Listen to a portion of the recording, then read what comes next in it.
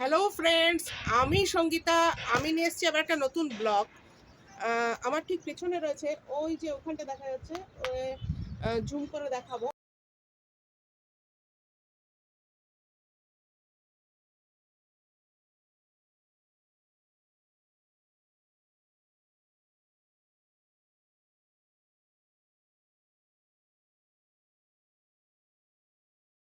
আপনাদের। আর ওখানে যে গেছিলাম সেটাও দেখাবো। আর ওই যে একটা সাদা রঙের বিল্ডিং এর মতন মনে হচ্ছে, ওটা হচ্ছে সামদ মন্দির। আমরা যারা বাঙালি তারা এর ব্যাপারে কিছুই জানি না, কিন্তু রাজস্থানীরা প্রচণ্ডভাবে এই মন্দিরকে মানে। যারা বাইরে রয়েছে তারাও মানে বিদেশে বলছি, তারাও এখানে বছরে এলে একবার অন্তত এই মন্দির দর্শন করে। এই মন্দির যে এত বিখ্যাত এটা তো আমার জানা ছিল না। কারণ এটা একটা মানে গ্রামে, আপনাদের দেখালাম গ্রামের মধ্যেই বলা যায়। চমু এখানে ডিস্ট্রিক্ট শহর, তারপরে এটা তার আরও ভেতর রাস্তায় এটা একটা গ্রাম। তো অনেকবার ভেবেছি যে যাব মন্দিরে, কিন্তু সিঁড়ির কথা শুনে আমি মানে নিজেকে বুঝিয়েছি, বসে যাও, তোমার দ্বারা সম্ভব না। তা এই সিঁড়ির সংখ্যা প্রায় 1100। আর একটা অদ্ভুত ব্যাপার, এটা কেউ মানে কতদিন পুরো গুনতে পারেনি। যেই উঠুক না কেন ওই কিছু দূর যাওয়ার পরে তারপর আর মানে গুনতে পারেনি যে কত সিঁড়ি। তার জন্য নানা রকম, কারোর কাছে শুনছি 700, কারোর কাছে শুনছি 300। যাই হোক, 700 300 যাই হোক, আমার জন্য খুবই চাপের ছিল। যা হোক, এই মন্দিরের ব্যাপারে একটু বলি, তারপর আপনাদের মন্দির দর্শন করাবো। মন্দিরটা হচ্ছে প্রায় 700 বছরের পুরনো। আর এই নগ্নদাস বলে একজন সন্ন্যাসী ছিলেন। তিনি বিভিন্ন জায়গায় বিভিন্ন পর্বতে তিনি উপাসনা করছিলেন ভগবানের।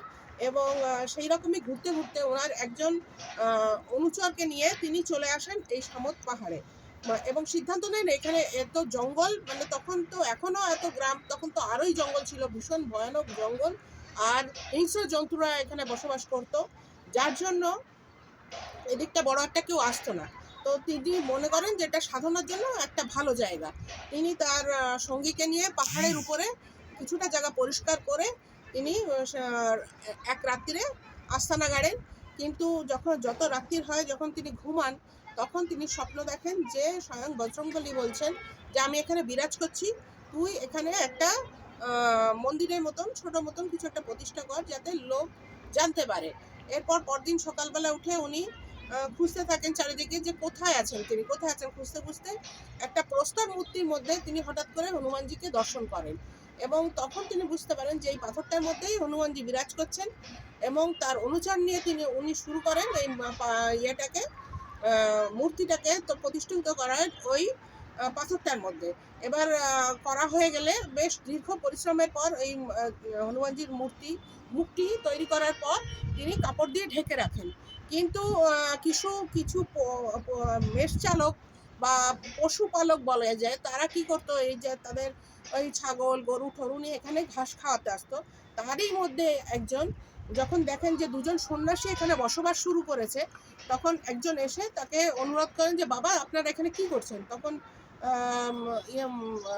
নগ্নদাসজি বলেন যে আমরা এখানে সাধনার জন্য এসেছি। কিন্তু সামনে একটা মূর্তির মতন দেখে তার খুব লোভ হয় যে এটা কি বানিয়েছেন। বারবার সে রিকোয়েস্ট করতে থাকে যে আমাকে আপনারা কি বানিয়েছেন একটু দেখান, একটু দেখান। নগ্নদাসজি বারবার বারণ করেন যে না, এখন আমি প্রভুর আদেশ পাইনি, আমরা এই মূর্তি খুলতে পারবো না। কিন্তু একটা মূর্তি আমি বানিয়েছি, এটা খুলতে পারবো না। কিন্তু সেই মেষ চালক বারবার করে অনুরোধ করায় শেষ পর্যন্ত সেই কাপড়টি খুলতে বাধ্য হন নগ্নদাসজি। এবং একটা প্রচণ্ড হুঙ্কার হয় যাতে ওই মেষপালক অজ্ঞান হয়ে পড়ে। এর অজ্ঞান এতই হুঙ্কারটা, যেটা বাকি মেষ চালকরা এধার ওধার ঘুরছিল, এদিক ওদিক ঘুরছিল, তারাও শুনতে পায় এবং ভয়ে তারা নিচে চলে যায়। এরপরে ওই মেষ পালক নিচে যায়, নিচে গিয়ে এই হনুমানজির মাহাত্ম্য বলতে থাকে। এবং যে যা মনস্কামনা এরপর পশুপালকরা নিয়ে আসতো একের পর এক পূরণ হতে থাকে। এইভাবে ধীরে ধীরে এই গ্রামে সেটা প্রচার হয়। এখন গ্রাম থেকে বিভিন্ন, রাজস্থান তো পুরো ডিস্ট্রিক্ট রাজস্থানের, এছাড়া বাইরের থেকেও লোক আসছে, আমি নিজের চোখে দেখে এসেছি। চলুন আপনাদের সেই ভিডিওটাই দেখাবো। এবং ভগবানের যে অশেষ কৃপা, সেটার হচ্ছে একটা কারণ, ঠিক দুদিন আগে আমি সিঁড়ি থেকে পড়ে গেছি, আমার পায়ে কালশিটে পড়া, হাতে কালশিটে পড়া। সেই অবস্থা, আমি 1100 সিঁড়ি উঠেছি। আমার হাজব্যান্ড প্রায় মাস 6 আগে ভীষণভাবে সুগারে ভুগে ভীষণ উইক হয়ে গেছে। এখন ঠিক হয়েছে, কিন্তু উইক হয়ে গেছে। তিনিও উঠেছেন 1100 সিঁড়ি, আমার ছেলে তো উঠতেই পারবে, জানা কথা। তো এটা প্রভু কৃপা না হলে হয় না। চলুন সেই বিশ্ববিখ্যাত সামদ মন্দির আপনাদের দর্শন করে নিয়ে আসি। Thank you. এরপর বেরিয়ে পড়া আমার বাড়িওয়ালার গাড়িতে। नहीं वो ও जो এটা गूगल में ঠিক बता रहा था দোলের ना। পর দিন ও প্রতি শনি মঙ্গলবার हाँ वही। মন্দিরে যায়। আমার কর্তামশাইয়ের সঙ্গে দেখা করতে এসেছিল দোলের পরের দিন, হোলিতে আসেনি, পরদিন এসেছিল কথা বলার প্রিয় আঙ্কেলের সঙ্গে, মানে আমার হাজব্যান্ডের সঙ্গে কথা বলার জন্য। তখনই হঠাৎ করে বললো সামত যাচ্ছি, যাবেন আঙ্কেল? ও ভাবতে পারেনি আন্টি যাবে, কারণ আন্টি তো পড়ে হাত পা ব্যথা। তারপর আমরা তিনজনেই বেরিয়ে পড়লাম ওর গাড়িতে। আর এখানে আমাদের সেই ব্যাপারেই কথা হচ্ছে। ও শর্টকাট রাস্তা নিল, গ্রামের ছেলে, এখানেই বড় হয়েছে ছোটোবেলার থেকে।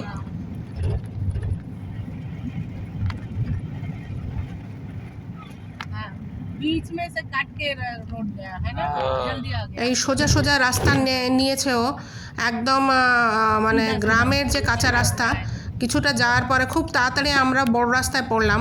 এমনিতে যাওয়ার জন্য চমু যেতে হয়, এখানে জয়পুর থেকে চমু অঢেল বাস আসে, সেখান থেকে এই চারপাশে দেখুন একদম পুরো গ্রাম।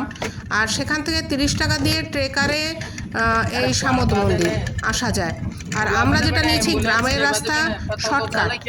আর এই চারিদিকে রয়েছে গেহু মানে গমের ক্ষেত, বাঁধাকপিও দেখতে পেলাম কিছু, এখনও শেষ হয়নি, সেই বাঁধাকপি চাষ করা রয়েছে। আর এই রকম ঝোপঝাড় মাটি, লাল মাটি তো আছেই। এই পেরিয়ে আমরা এগিয়ে চললাম সামদ মন্দিরের দিকে। মাঝে মাঝে আমার বাড়িওয়ালার সঙ্গে একটু গল্প খুনসুটি চলতে থাকলো। এই যে অপূর্ব লাগছিল, দুটো পাহাড়ের মাঝখান থেকে, এই দেখুন আপনাদের দেখানোর চেষ্টা করছি, পারছি না, গাড়ির মাঝখান দিয়ে এই যে সামদ গেট দেখা যাচ্ছে, দুটো পাহাড়ের মাঝখান থেকে রাস্তাটা যাচ্ছে।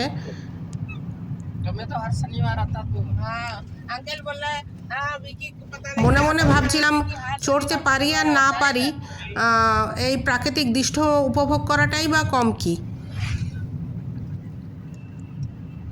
আমাদের সঙ্গে বাড়িওয়ালির ছেলেও ছিল, এই যে সামনে সিটে বসে রয়েছে। এই বাচ্চা ছেলেটি ওই মন্দিরে চড়ে এসে রীতিমতো 2-3 ঘন্টা ক্রিকেট খেললো নিচে। একেই বলে বাচ্চা আর বুড়ো।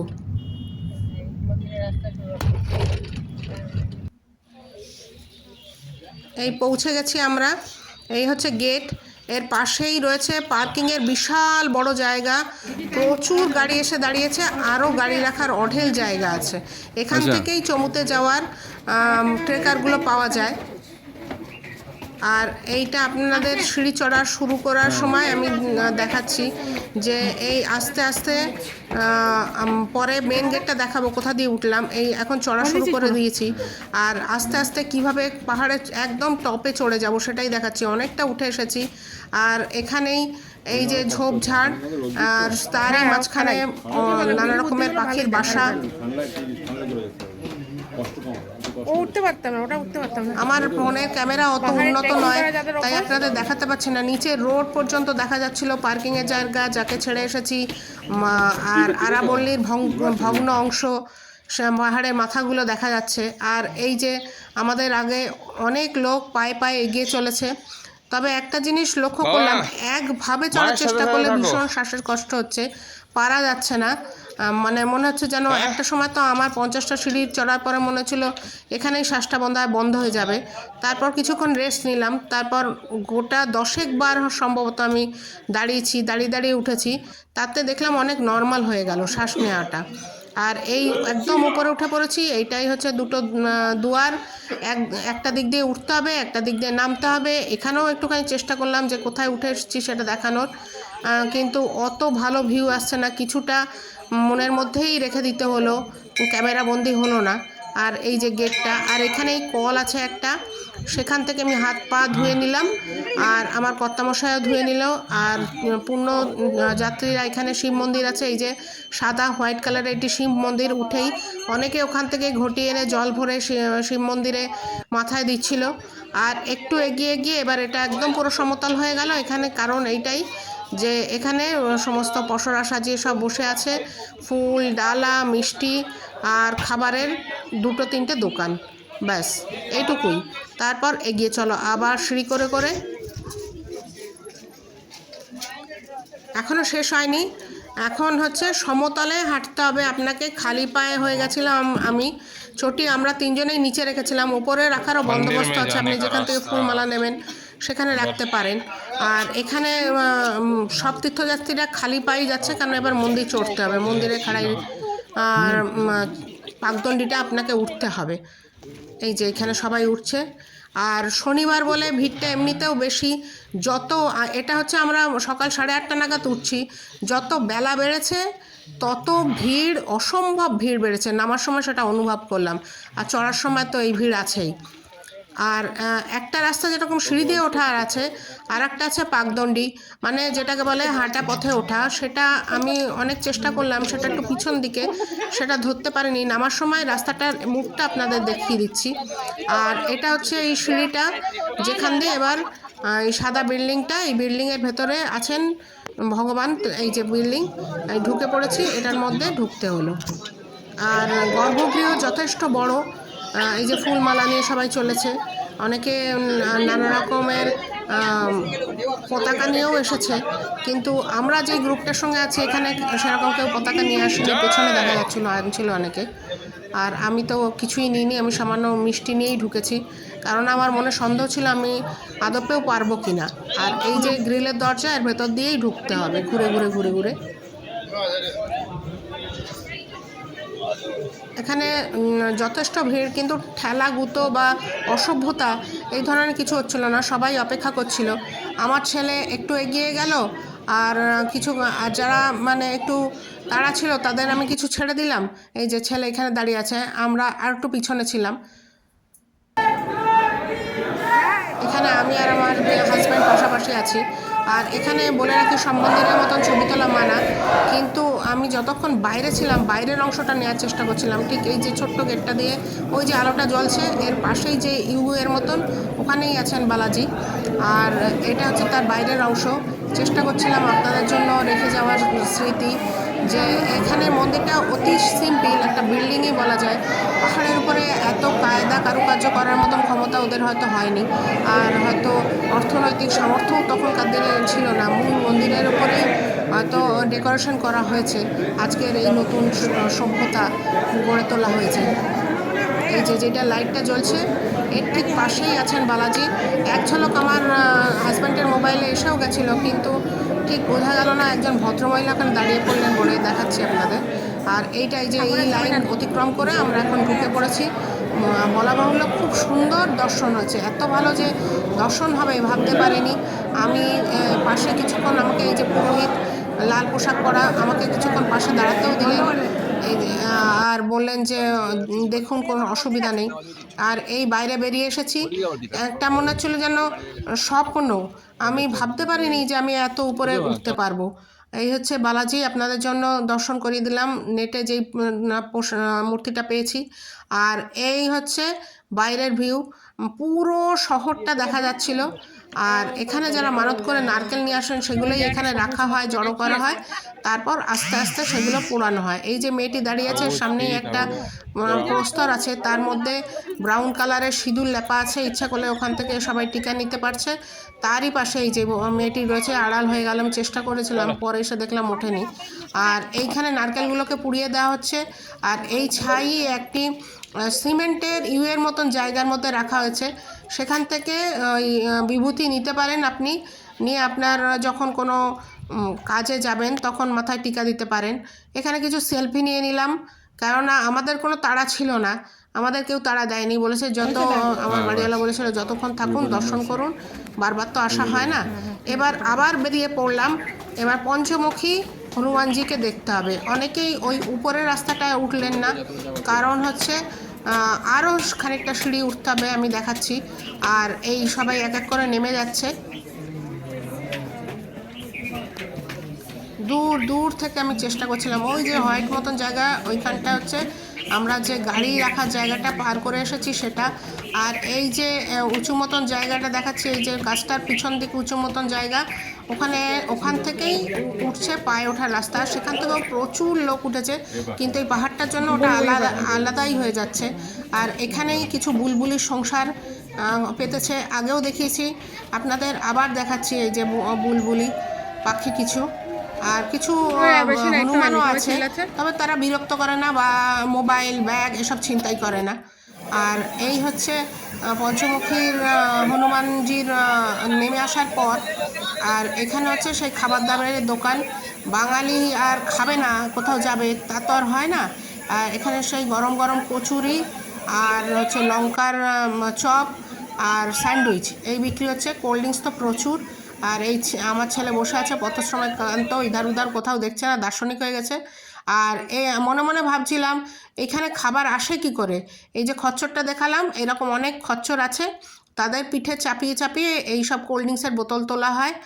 আর এই হচ্ছে বেরিয়ে যাওয়ার রাস্তা। আর এই হচ্ছে সিঁড়ি, এখানে দুটো শৌচালয় আছে। এছাড়া তিনটে আছে আশ্রম, আপনি ইচ্ছে করলে থাকতে পারেন, সেখানে খাওয়া দাওয়ার বন্দোবস্ত আছে। কিন্তু শহরে আদব কায়দা আশা করলে এখান থেকে পাবেন না। সাধারণ খাবার দেওয়া হয় একটা সুভাষ নামে আর আর যে নামে দুটি আশ্রম আছে বা অতিথিলয় আছে, সেখানে থাকার বন্দোবস্ত আছে। আপনি যদি বাইরের থেকে আসেন, তিনটের মধ্যে যে কোনোটাকে একটা বেছে নিতে পারেন। আর এই হচ্ছে এখান থেকে নেমে আসার পরে মনে হচ্ছিল যেন স্বপ্ন। আবার ওই যে সামদ মন্দিরটা আপনাদের দেখিয়ে দিলাম, যেটা বাড়ির থেকে দেখাচ্ছিলাম এই পাহাড়ের উপরে। আর এই হচ্ছে সিঁড়ি, এই সিঁড়ির ধাপে ধাপে এই আমার কর্তামশাই বসে আছে, এটাই একটা আশ্রম। এর পিছনে আর একটা আছে। আজকের যাত্রা এখানেই শেষ। আমার ভিডিওটা যদি ভালো লাগে প্লিজ প্লিজ একটু লাইক করবেন, একটু শেয়ার করবেন। Thank you.